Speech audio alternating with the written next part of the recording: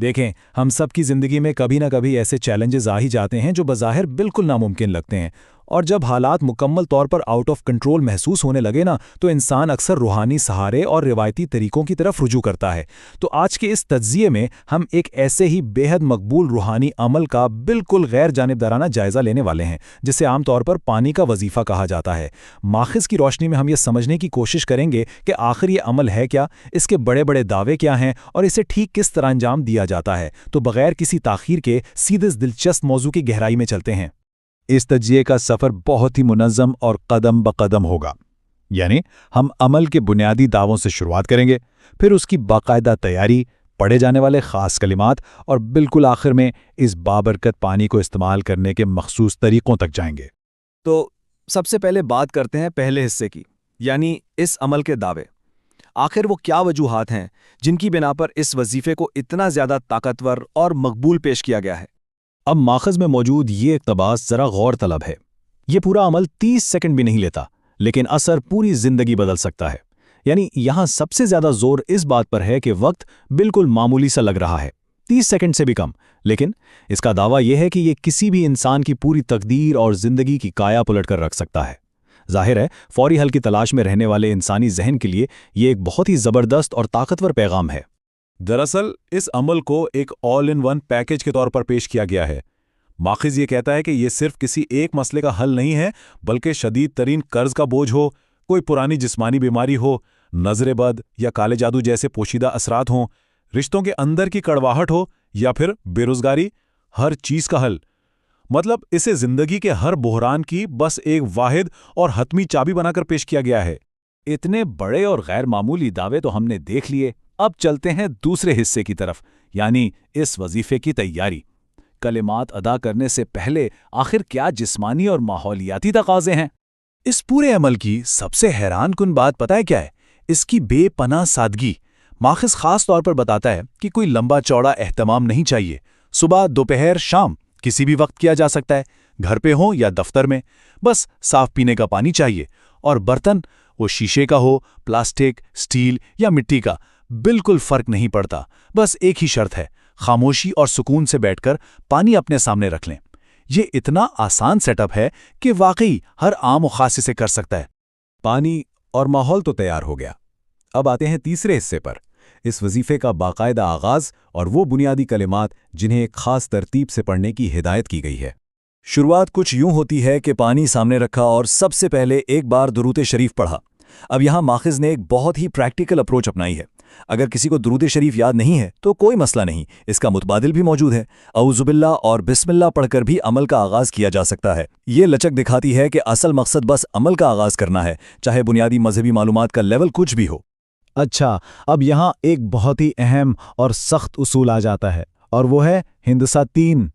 इस पूरे वजीफे में तकरार का यानी रिपीट करने का एक पक्का रूल है। माखिज़ का कहना है कि इन बड़े दावों का असर तभी ज़ाहिर होगा जब तकरीबन हर कलमे और हर जुमले को बिल्कुल ठीक गिनती के साथ यानी पूरे 3 बार पढ़ा जाएगा। ये हिंसा समझें इस पूरी मश्क का एक बुनियादी सुतून है। तो दुरूद शरीफ के बाद वजीफे की पहली बुनियादी तय रखी जाती है।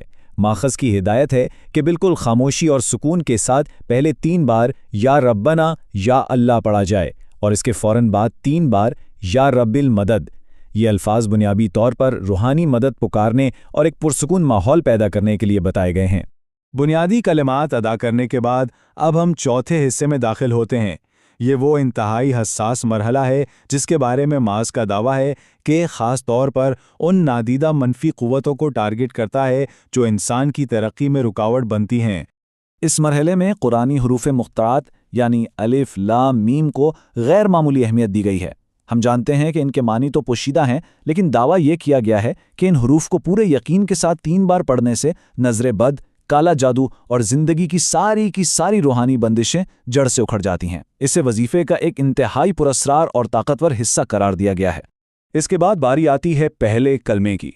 यहाँ माखिज़ की एक बहुत ही सख्त हिदायत है, और वो ये कि इसे बेहद इत्मीनान के साथ 3 बार कुछ इस तरह पढ़ा जाए कि एक भी लफ्ज़ आगे पीछे ना हो। इसकी वजह यह बताई गई है कि रूहानी एतबार से पहला कलमा वज़न में दुनिया की तमाम तस्बीहात पर भारी है। ये हिस्सा वजीफे की रूहानी बुनियाद को बिल्कुल पक्का करने के लिए रखा गया है।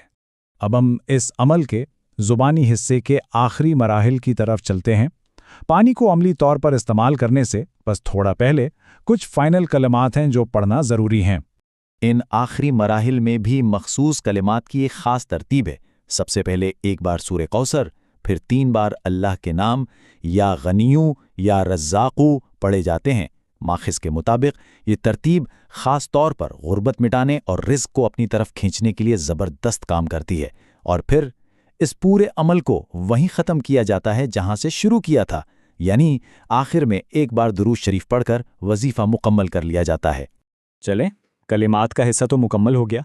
अब आते हैं छठे और आखिरी मरहले पर, जो सबसे ज़्यादा प्रैक्टिकल है कि आखिर इस तैयार शुदा पानी को अब अमली तौर पर संभालना और इस्तेमाल कैसे करना है।